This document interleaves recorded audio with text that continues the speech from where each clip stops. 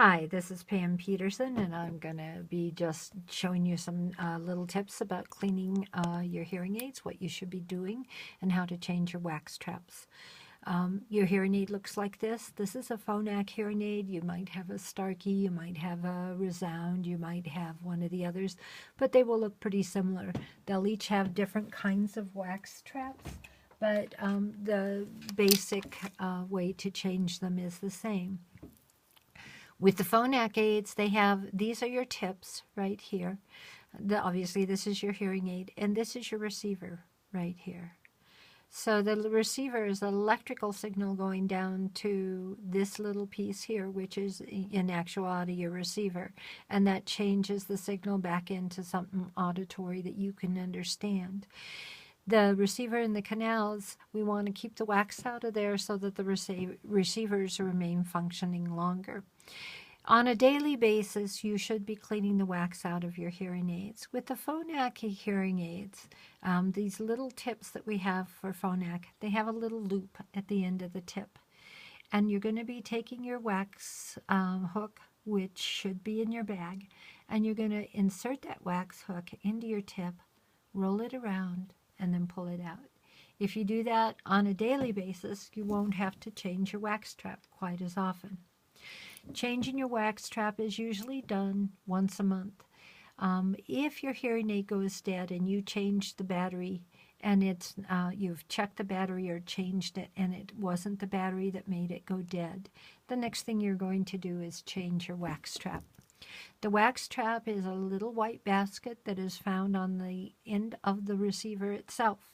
So in order to get to it, we have to pull off this tip. There's two ways to do it. You can take the tip like this and pull it off, or put your thumb underneath here. You just want to get it off. If you rip it, you should have extra tips in your bag to replace it with.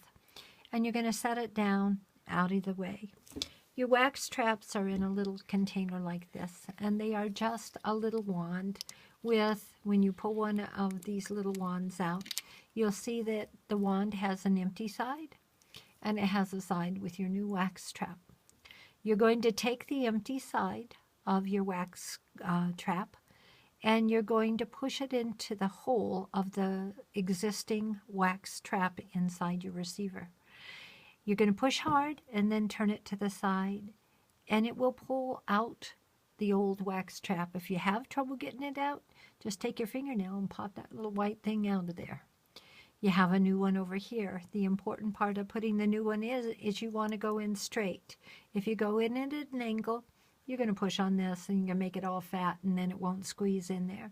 So make sure you go into the receiver at a straight angle. And then you're just going to push it in, move it out of the way, and there's your wax trap all changed. Now you can throw this piece away, which I just did. The important part of changing your wax trap is putting this tip back on. When you go to put the tip back on, you just put it right in the center, push hard. And before you put that in your ear, give it a slight tug. If it comes off easily when you give it a slight tug, it's going to come off easily in your ear. You do not have it on well enough. So give it a tug, and if it doesn't come off easily, you're ready to put that right back in your ear. And that is all there is to changing your wax trap.